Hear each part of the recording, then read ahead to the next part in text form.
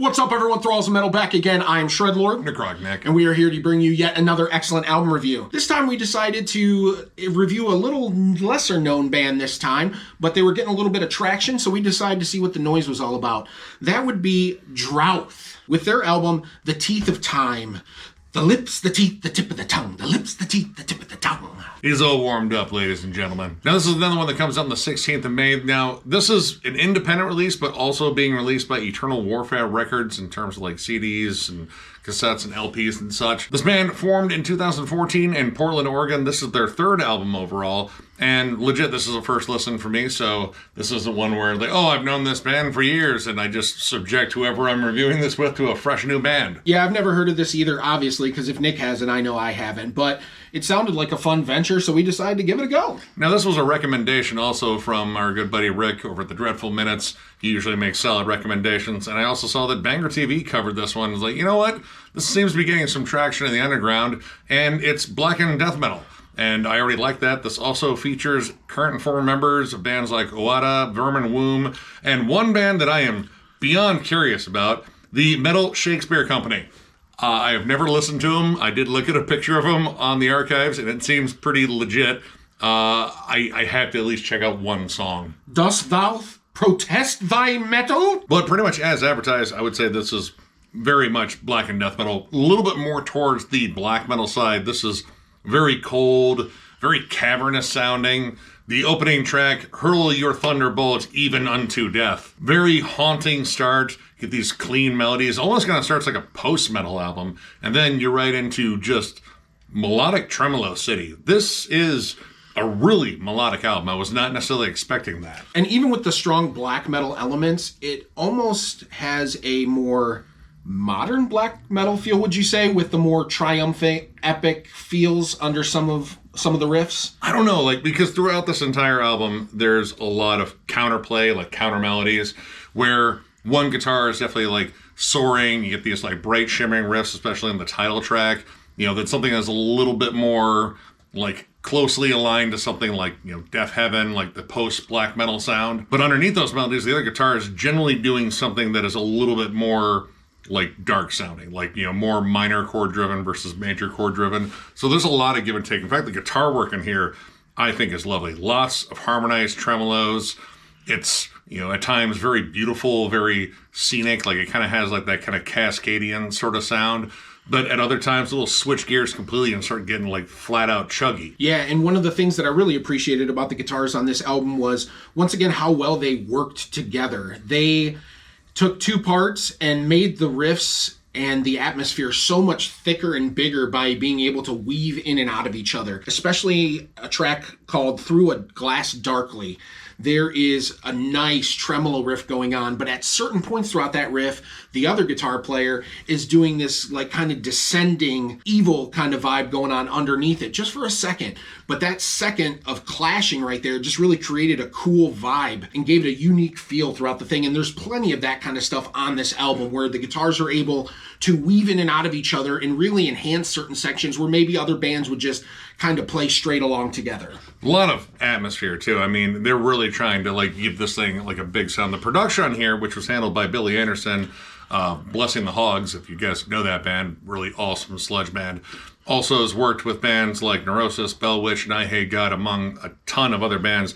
The mix on here has this really nice, like, just kind of cavernous, lush sound, like tons of reverb when the drums do eventually slow down, which is kind of not that often. This is definitely like a very blast beat driven album. In fact, like at some points in here with some of the songs being like a lot longer, it's almost kind of like that exhausting length, Oada songs where you feel like the drummer's just going to collapse and die. And another thing that I really dug about the production, once again, referencing back to the guitars, when you do a lot of tremolo riffs, especially with down-tuned guitars and instruments, you know, there's a lot of low end and a lot of low frequency. And the way that they mixed this album and produced the tones for the guitars, you were able to really hear the tremolo come through without any of it getting buried in the mix or anything. And I thought that was a great way to kind of open up the space as well and made it feel more full. Oh, yeah. I mean, I noticed that right away with the opening track. Like, all of a sudden you get these bright, awesome, soaring tremolo harmonies. Like, very Dissection-esque, but I would also compare this to a band like Suffering Hour as well, where It's, again, like very cavernous. It's very, like, it's not a very dry death metal sound. Like, it almost feels kind of damp, especially when the band slows down. You have some moments in here where they kind of get into these, like, more doom-laden kind of, like, breakdowns. At the end of False Grail, the whole song, for the most part, is very fast-paced. Like, you do get this good, like, thrashy, chuggy breakdown. The death metal kind of comes out and plays a little bit. But the end of it, all of a sudden you're getting these, like, dissonant single tones, the ascending melodies. It slows down to a crawl. And honestly, this is where I really like this band in terms of the atmospheric, kind of sound, because everything opens up and you kind of get that echoey effect, especially in the drums.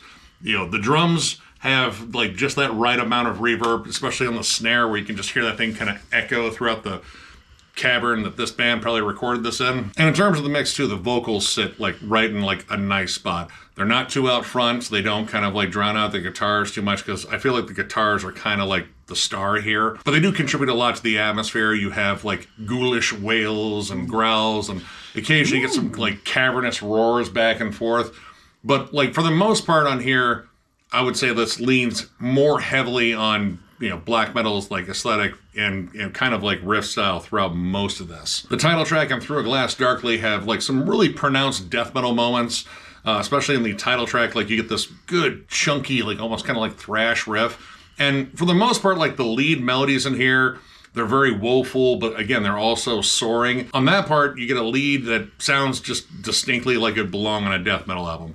You get a dive bomb to lead it in. It's a little bit, angular and kind of twisted, and, that complements the gnarly riffs. But Through a Glass Darkly is probably, like, for me, the big stand on here, because that song literally does everything. It is the most dynamic song on the album, to the point where I could almost call it a prog metal song. And that's not weird for this whole album. There aren't a lot of prog elements in it, but what I mean is, right away, even from the first song, Hurl Your Thunderbolt, even unto death, you kind of hear within that first song when you're done listening that they have a lot of different parts and elements to put into these songs. And when you do that, it doesn't always work. However, these guys did a really good job as far as transitions go and taking you to different places, like, once again, Through a Glass Darkly, or even the last track, Exalt Ye, it's flagellant. I just want to say flatulence, Flagellant? Exalt Ye Fart. Whatever. It's the song of your people. Definitely the song of my people. And I'm going to have a ritual ceremony in about 20 minutes when this Taco Bell hits.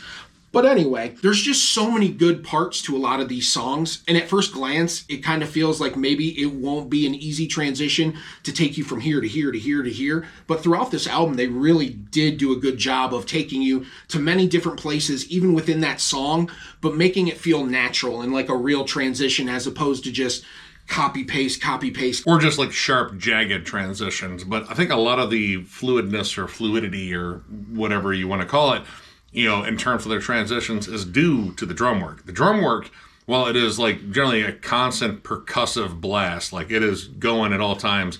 A lot of cool accents in the cymbals, and he does switch up the patterns a lot, but they switch along those blast beats, and it just kind of keeps this, like, steady flow for the most part. Though, again, Through a Glass Darkly, that one is, like, decidedly different in the sense that, like, you get a lot of different elements that really don't show up in other songs. This is the one that changes around a lot. It's the most dynamic. You have, like, again, like, sections that almost kind of sound like Enslaved's sort of brand of prog. And honestly, this is kind of like a tonal shift for the album, because, all right, blackened death metal, I mean, it's kind of naturally dark, but a lot of this, at least the first 3 tracks, were very melodic. Not a complaint. I think they were doing an excellent job. Again, one of the first things I thought of was Dissection.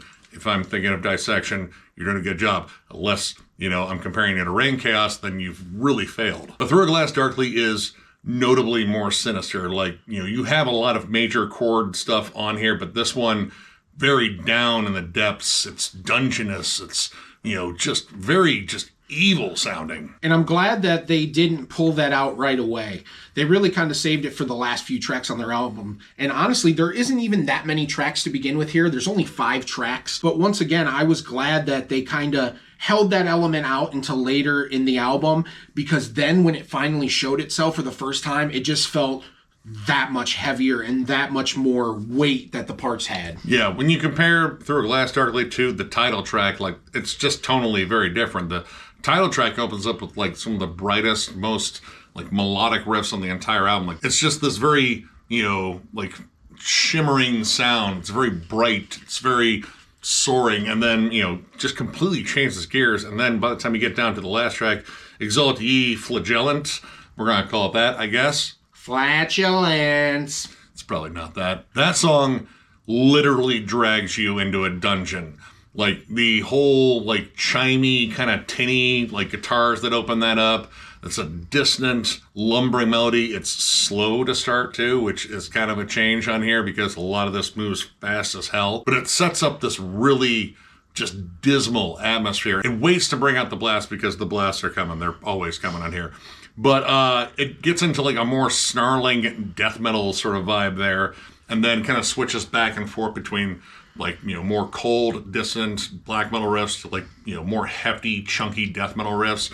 And throughout the song, there's some really cool transitions. In fact, it kind of dips out and gets into like this doom metal sort of groove and then builds into black metal kind of like around the midpoint of the song. And while it hangs on to that black metal section, the blasts, the heavy tremolos, it dips right back down and kind of bookends the song with how it opened back down in the dungeons. And again, like, I love that kind of like tinny, clean tone that comes in. It almost sounds like a harpsichord, like a ghoul playing a harpsichord in a haunted house not owned by Disney. Now, in terms of any negatives, he brought up the fact that this is only 5 tracks. Now, each one of these tracks is pretty long, and justifiably so for, I would say, almost all of them. There's a lot of transitions. They're very busy with riff changes. And, for the most part, they keep the songs moving. They're interesting. They're intense. But I did feel like the end of the title track kind of droned on too long. After that, like, cool death metal break, it kind of hangs on to the last part for entirely too long, and it kind of just stays there. And, I like blast beats. I like droning tremolos, but there's like a kind of a tipping point where I feel like things have kind of gone on too long and it kind of becomes static.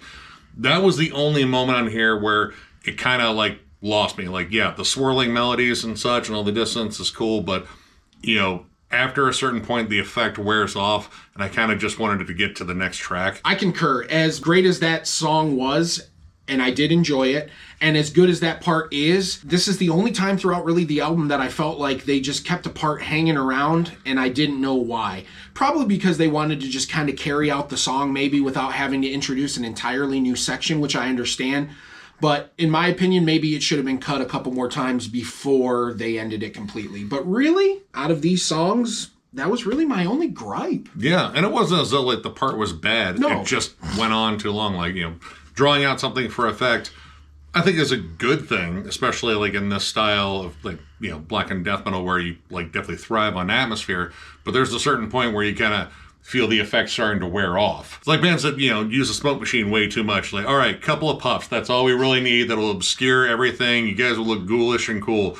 No, some bands like to fucking crank that thing and the whole venue fills with that shit. You're just like, dude, I can't fucking breathe. Outside of that, though, that was our only legit complaint about this. This, I think, was really solid.